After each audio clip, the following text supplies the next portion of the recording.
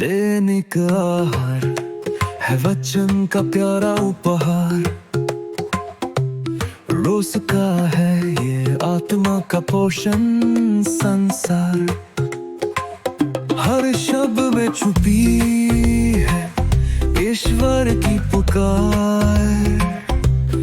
आओ सुनो समझो जीवन में लाओ प्यार।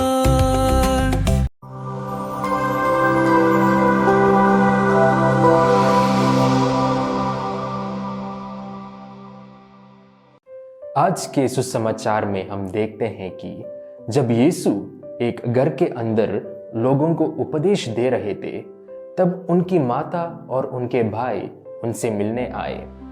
वे घर के बाहर खड़े थे और यीशु से बात करना चाहते थे। इस संदर्भ में भाई शब्द को लेकर कई लोगों के मन में गलत समझ होता है। बाइबल के मूल ग्रीक पाठ में भाई के लिए जो शब्द प्रयोग किया गया है वह एडोल्फोई है। इस शब्द का अर्थ हमेशा रक्त संबंध के भाई नहीं होता।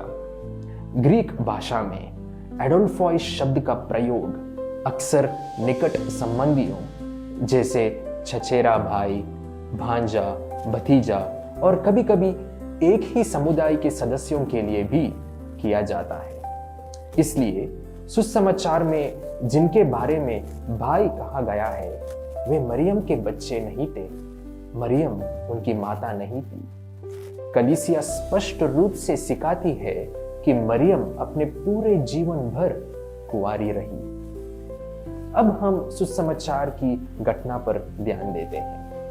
जब यीशु को बताया गया कि उनके परिवार के लोग बाहर उनका इंतजार कर रहे हैं, तो यीशु ने अपना उपदेश बीच में नहीं रोका और ना ही उन्हें कोई विशेष महत्व दिया।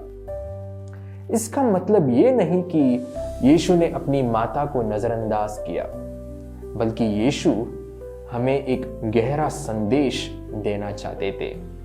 वे हमें बताना चाहते थे कि ईश्वर का परिवार शारीरिक परिवार से भी बड़ा होता है। इसलिए यीशु कहते हैं, जो कोई मेरा स्वर्गिक पिता की इच्छा को पूरी करता है वही मेरा भाई, मेरी बहन और मेरी माता है।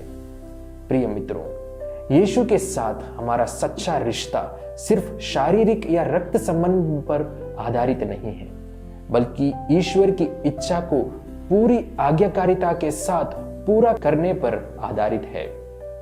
इस बात में माता मरियम सबसे उत्तम आदर्श है।